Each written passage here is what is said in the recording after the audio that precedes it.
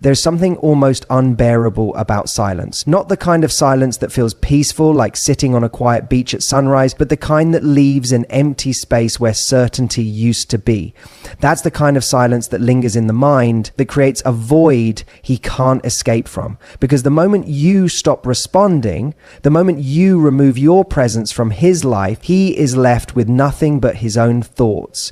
And that's where the suffering begins. Human beings have a deep psychological need for certainty. We crave resolution. When something is open-ended, an unfinished conversation, an unresolved situation, a missing response, it eats at us. Our minds automatically try to close the gap, to create a sense of understanding. And when there are no answers, we start to spiral. We replay past moments, searching for meaning. We imagine possibilities, often making them far worse than they actually are. And most of all, we start to question ourselves. Now, here's where it gets really interesting. Because while he may have been the one to create the distance, while he may have been the one to pull back, hurt you, or take you for granted, he wasn't expecting silence in return. He was expecting noise. He was expecting a reaction. He was expecting you to show up in some form: anger, sadness, frustration, even an attempt to fix things. Because when someone walks away from you, they still want to feel important. They still want to believe they have power over your emotions. And as long as you react, they get to keep that sense of control. But the second you go silent, you disrupt the entire dynamic. Suddenly you're not predictable anymore. He doesn't know what's going on in your head, what you're thinking, what you're feeling. And that's when the tables turn, because now he's the one left wondering. It starts small at first. Maybe he assumes you're just giving it a day or two. Maybe he even tells himself that he doesn't care. But as time stretches on, that assumption begins to crack. The longer you remain silent, the more he starts to feel the absence. And absence is powerful. It makes people notice what they once took for granted. He'll try to rationalize it. Maybe you're busy. Maybe you're trying to play games. Maybe you're just being stubborn. But deep down, a different question begins to creep in. What if she's actually moving on? And that's the moment he starts to feel the weight of what he's lost. Because suddenly the certainty that he once had, that you would always be there, that you would always respond, that you would always care, is no longer there. And he realizes that silence isn't just the absence of noise, it's the presence of indifference. This is why silence is so powerful. It doesn't just punish, it forces reflection. It makes a person sit with their own choices, with their own actions, with the reality of what they did. And while words can be debated, defended against, or ignored, silence leaves no room for escape. Now, some people tell you that silence is manipulative, that withholding communication is a form of playing games. But that's only true if the intention is to control. What we're talking about here isn't about control, it's about power. And there's a difference. Control is about trying to force someone to feel something. Power is about standing firm in your own value and letting the absence of your presence speak for itself. Because the truth is, you don't need to convince someone to regret losing you. You don't need to argue your worth. You don't need to chase someone to make them see what they had. You just need to remove yourself. Let time and space do the work. Let the silence become the mirror that forces them to see what they've done. And the best part, by the time he realizes what he lost, you'll have already moved forward. Because while he's busy suffering in his own uncertainty, you're growing. You're healing. You're becoming a version of yourself that no longer needs his validation. That's when silence becomes the loudest sound he's ever heard. Because when he finally reaches out, when he finally tries to get back what he threw away, he won't be met with the woman he remembers. He'll be met with someone who is no longer waiting for him to see her worth, because she already sees it for herself. And that is when he will suffer the most, because regret is loud, but silence is deafening. There's a strange paradox when it comes to human nature. We only truly begin to appreciate something once it's no longer easily available to us. It's not that we don't recognize value when it's right in front of us, but familiarity has a way of dulling urgency. When we believe that something or someone will always be there, we stop feeling the need to fight for it. We become complacent. We assume that no matter what we do, no matter how much we push or pull away, that presence will remain. Until one day, it doesn't. And And that's when the suffering begins. See, when you remove yourself, when you stop filling in the gaps, when you stop being the one to initiate, to check in, to remind him of what he once had, something very powerful starts to happen. His mind begins to fill in the silence with questions. And those questions aren't casual. They're the kind that gnaw at the edges of his thoughts in quiet moments. Why hasn't she reached out? Has she really moved on? Did she really care about me as much as I thought she did? Now, at first, he might try to brush it off. He might even feel relief. Maybe he wanted space. Maybe he thought he needed distance. But human beings are wired for attachment. And the moment he starts to feel your absence, the moment he realizes that you are no longer a guaranteed presence in his life, his perspective shifts. Because here's the truth. When something is always available, it's easy to take it for granted. The moment it's gone, it becomes rare, and scarcity creates value. It's a fundamental psychological principle. We chase what we fear losing, not what we assume will always be there. This is why silence is not passive, it's powerful. When you stop chasing, when you stop feeding energy into something that no longer feeds you, it forces the other person to step into a reality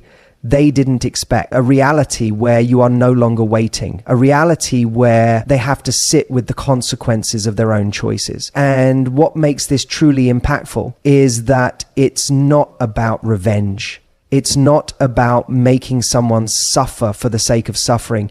It's about reclaiming your own power. Because as long as you're the one keeping the connection alive, as long as you're the one reaching out, as long as you're the one holding space for them, they never have to feel the weight of what they've lost. They never have to confront the reality of what happens when they no longer have access to you. But the moment you step back, the moment you remove your energy from the situation, everything changes. And here's where it becomes even more powerful. When he finally does realize what he lost, when he starts to feel the regret creeping in, when he begins to wonder if he made a mistake, he's going to reach out. It might be subtle at first, a random message, an attempt to check in, something that seems casual on the surface but is actually a test. He wants to know if he still has access to you, if he still holds that same place in your heart, if he can still come and go as he pleases. And this is the defining moment, because if you respond immediately, if you rush to fill in the silence, if you hand back the comfort he once had, you teach him that nothing has changed, that you were just waiting for him to notice you again, that he still holds all the power. But if you remain composed, if you continue living your life, if you don't make his validation the thing that dictates your actions, then suddenly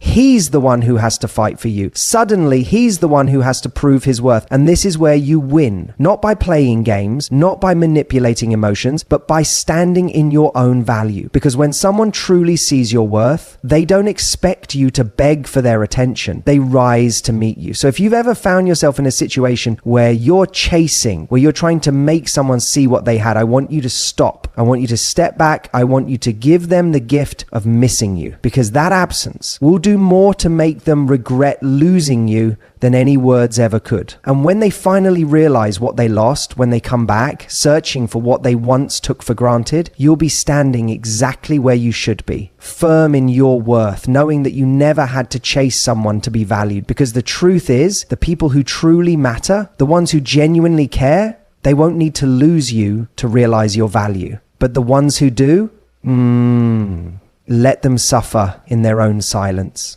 There's a profound shift that happens when you stop making yourself so available to someone who once took you for granted. It's not just about silence, it's about the psychological impact that silence has. Because when a person is used to your presence, your reassurance, your effort, they don't actually have to think about what life would be like without you. They assume you'll always be there, always responding, always filling in the gaps, until one day you don't. And that's when the discomfort begins. Human beings hate uncertainty. We crave security, predictability, and control over our environment. The moment you stop reaching out, the moment you pull back your energy, you disrupt the comfort they've built for themselves. Suddenly, they don't know where they stand with you. And that feeling, that is what makes them suffer. Because here's the truth. When you're always available, always the one initiating, you become a constant. And constants don't create urgency. They don't create a sense of loss. But when you remove yourself from the equation, when you introduce the unknown, it forces them to start questioning everything. Is she mad at me? Did I mess up? Has she moved on? Is she talking to someone else? The mind fills in the silence with its own anxiety. And that's what makes this so powerful. When you stop giving them access to your emotions, to your thoughts, to your attention, they no longer get to use you as a source of comfort. They no longer get the privilege of assuming that no matter what happens, you'll still be there waiting.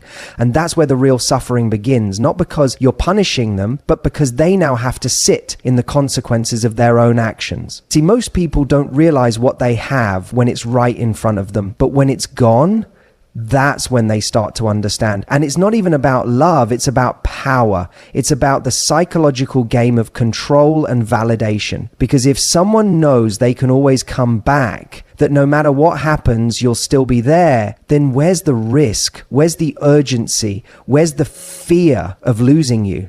But the moment they sense that they might have actually lost you, everything changes. Suddenly, they're the ones wondering what you're thinking. They're the ones checking their phone, waiting for a message that doesn't come. They're the ones feeling the absence you used to feel. And that is the turning point, because now the balance of power has shifted. Now, instead of you being the one suffering in silence, they're the ones experiencing what it feels like to be left in uncertainty. They're the ones realizing that maybe, just maybe, they pushed too far, that maybe they overestimated your willingness to always be there. And the best part? You're not doing anything to make this happen. You're not playing games. You're not manipulating. You're simply choosing yourself, choosing to no longer be the one who carries the entire emotional burden of the connection, choosing to let them experience what it means to live without your presence. And the longer you stay silent, the louder your absence becomes. This is why so many people make the mistake of breaking the silence too soon. They think, what if he forgot about me? What if he moved on? What if my silence doesn't matter to him? But that's the wrong question. The real question is, why would you want someone who only values you when they're afraid of losing you? Because someone who truly sees your worth doesn't need silence to remind them of it. They value you in your presence. They appreciate you without needing to experience your absence. But for those who don't, let time teach them. Let the silence be their lesson. Because the reality is, if he truly cares, if he truly regrets, if he truly feels your absence, he will reach out. He will start to feel the weight of what he lost. And if he doesn't, then he was never the right person for you to begin with. So let time work in your favor. Let the silence speak louder than any words ever could. And when he finally realizes what he lost, when he finally feels the pain of your absence, you'll be exactly where you should be moving forward, knowing that you never had to chase someone who was meant for you in the first place.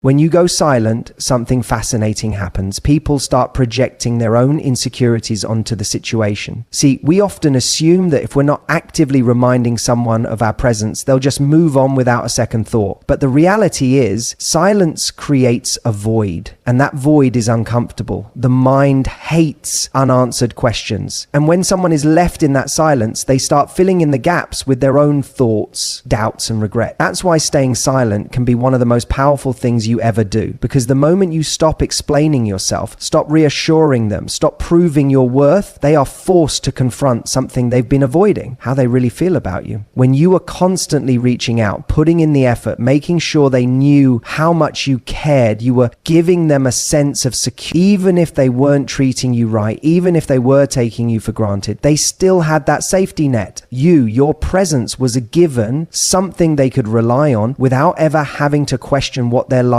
would be like without you. But when you remove that certainty, the entire dynamic shifts. Now, instead of feeling like they have control, they start to feel powerless. Because the thing about silence is that it forces introspection. It makes a person sit with their own thoughts. And when someone has treated you poorly or taken you for granted, that silence doesn't feel peaceful. It feels like pressure. Think about it. When someone isn't sure whether they've lost you, they start to wonder. And wondering turns into questioning, and questioning turns into overanalyzing. Did I push her too far? Is she really done this time? What if she's moving on? Why isn't she reaching out? These thoughts don't come from nowhere. They come from a realization that maybe, just maybe, they made a mistake, that they underestimated you, that they assumed you would always be there, always forgiving, always trying. But here's the best part. This entire process happens without you having to lift a finger. Because when you go silent, when you stop explaining yourself, you are no longer responsible for their emotion. You are no longer doing the emotional labor of making them feel comfortable, of fixing things, of proving why you're worth fighting for. Instead, they are left alone with their own thoughts. And in that space, they begin to understand something they never had to confront before. What life feels like without you.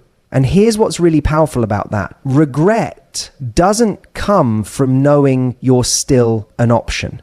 It comes from the fear that they lost their chance. That's why silence is so effective. Because if you argue, if you plead, if you try to make them see your worth, they don't have to face the reality of losing you. They can convince themselves that you'll always be there, that they still have time, that you're just acting emotional or playing games. But when you do nothing, when you say nothing, when you stop proving, stop convincing, stop explaining, that's when they start feeling the weight of their own actions. Because here's something people don't talk about enough. Most of the time when someone hurts you or pushes you away, they don't actually expect to lose you. They think you'll still be there, still waiting, still hoping they'll come round.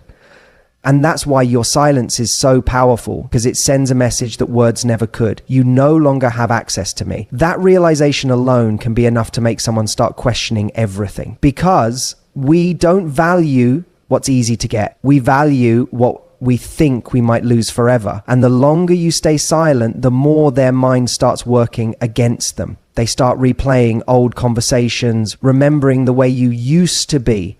They start comparing their life now to the life they had when you were in it. And slowly, regret starts creeping in. This is why people suddenly come back after weeks, months, sometimes even years of silence. It's not because they just realized they care. It's because the absence of you finally caught up to them. And here's the truth. Someone who truly values you will never need to lose you to appreciate you.